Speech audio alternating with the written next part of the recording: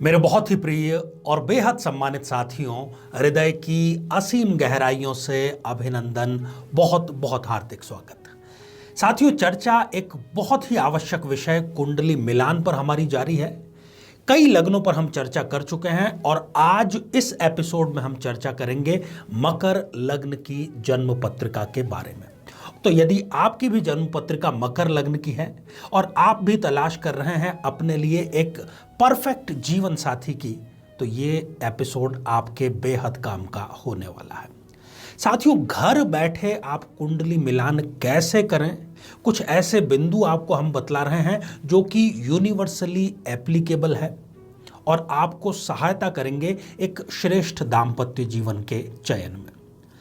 साथियों, इस पर हम चर्चा करें इससे पहले एक बेहद ज़रूरी सूचना कि हम हमारे प्रत्येक एपिसोड के अंत में किसी न किसी जातक के प्रश्न का उत्तर देते हैं और ये प्रश्न हमें प्राप्त होते हैं आप लोगों के ही द्वारा यूट्यूब कमेंट के माध्यम से।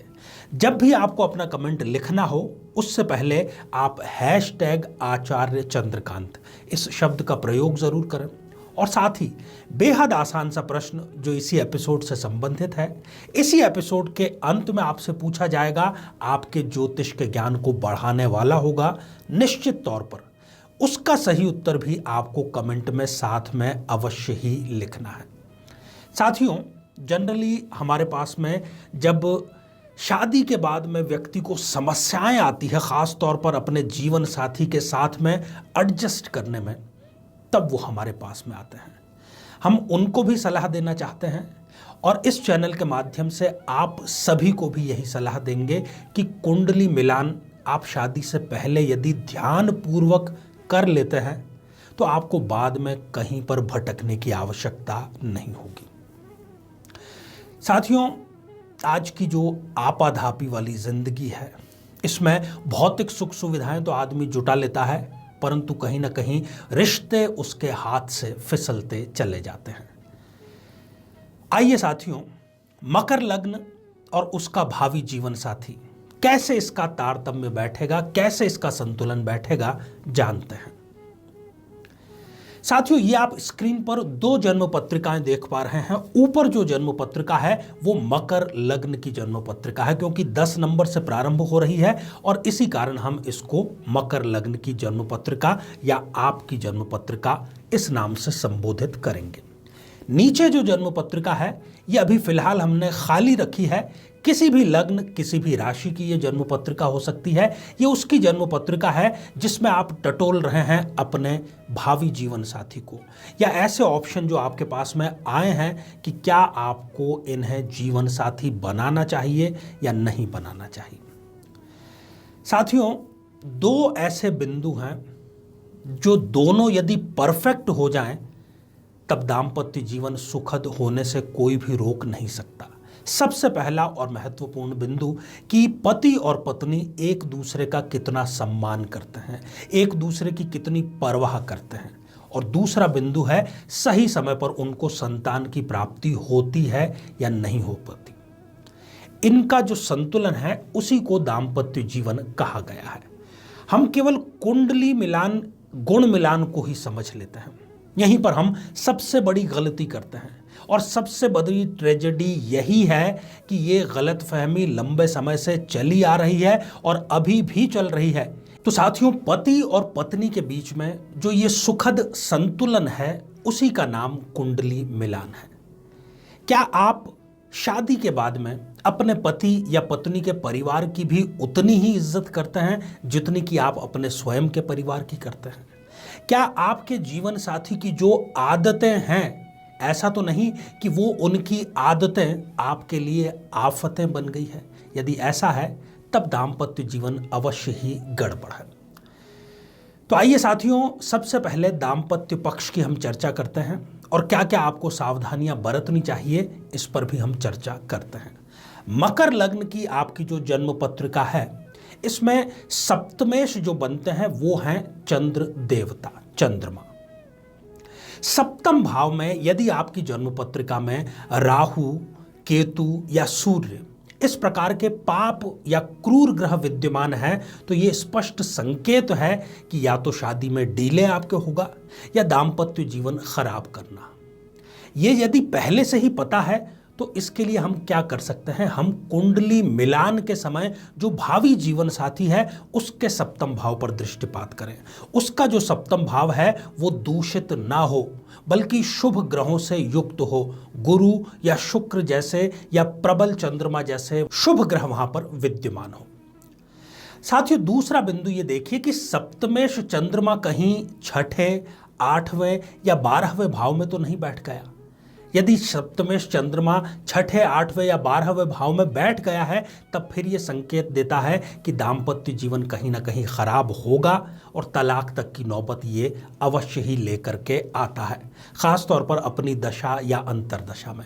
ऐसे में आपको भावी जीवन साथी की जन्म पत्रिका में ये देखना है कि उनका जो चंद्रमा है या उनका जो सप्तमेश है वो केंद्र में या त्रिकोण में अच्छी स्थिति में अवस्थित हो।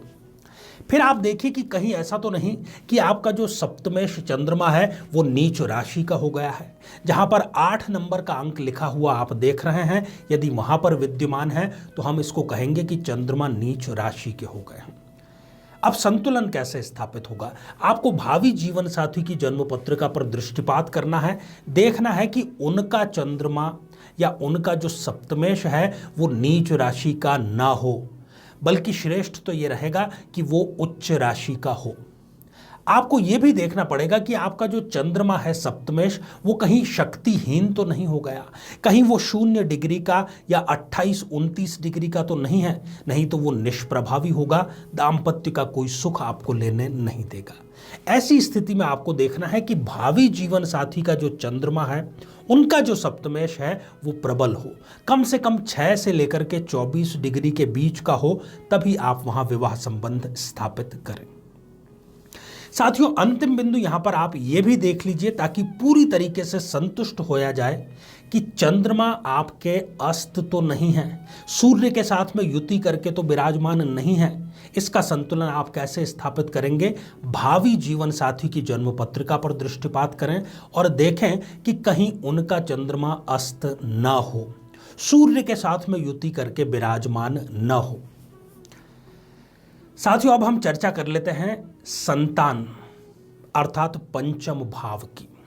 पंचम भाव के स्वामी यहां पर बनते हैं शुक्र देव।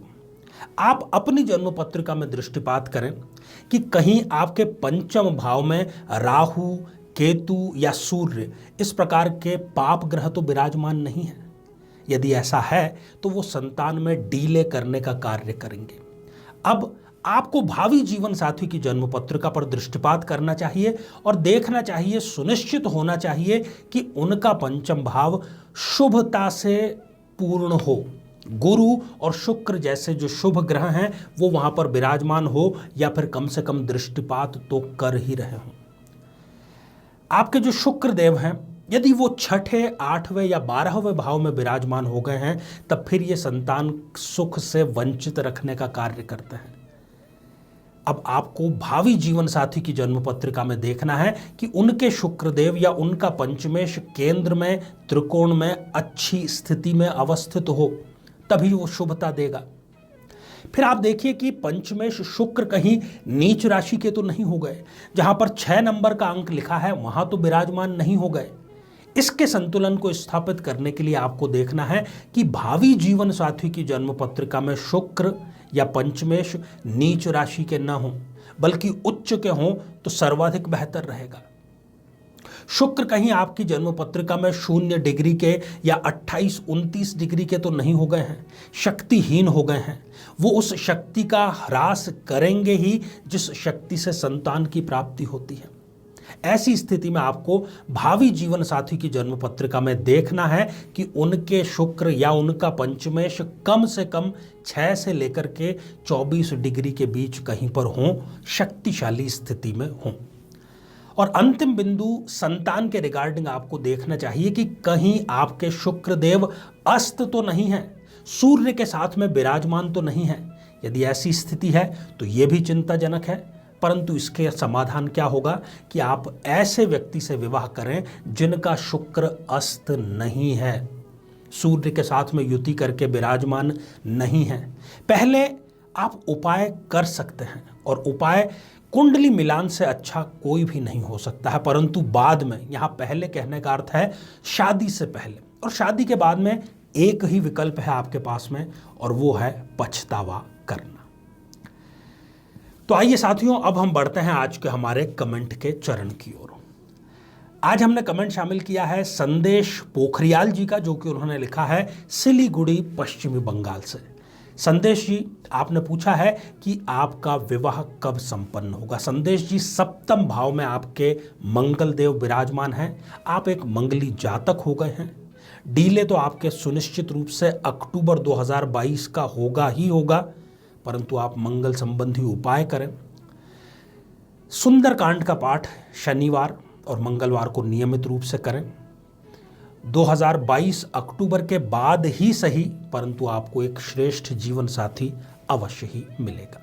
तो साथियों, अब आज का बेहद ही आसान सा प्रश्न। आज हमने चर्चा की मकर लग्न की, कैसे आप घर बैठे कुंडली मिलान कर सकते हैं। मकर लग्न की जन्म पत्रिका में सप्तमेश कौन सा ग्रह होता है। साथियों, आप सभी स्वस्थ, समृद्ध और शांतिपूर्वक जीवन व्यतीत करें। नमस्कार। जीवन में किसी समस्या का सामना कर रहे हैं, जैसे कि शादी में देरी होना, पति पत्नी में मनमुटाव या तलाक तक की नौबत आ जाना, संतान का प्राप्त न हो पाना, नौकरी या धन प्राप्ति में बाधा आना, जीवन के प्रत्येक क्षेत्र में किसी न किसी प्रकार की बाधा आना, तो आज ही अपनी जन्म पत्रिका का संपूर्ण विश्लेषण करवाएं और पाएं समस्या से सदैव के लिए मुक्ति।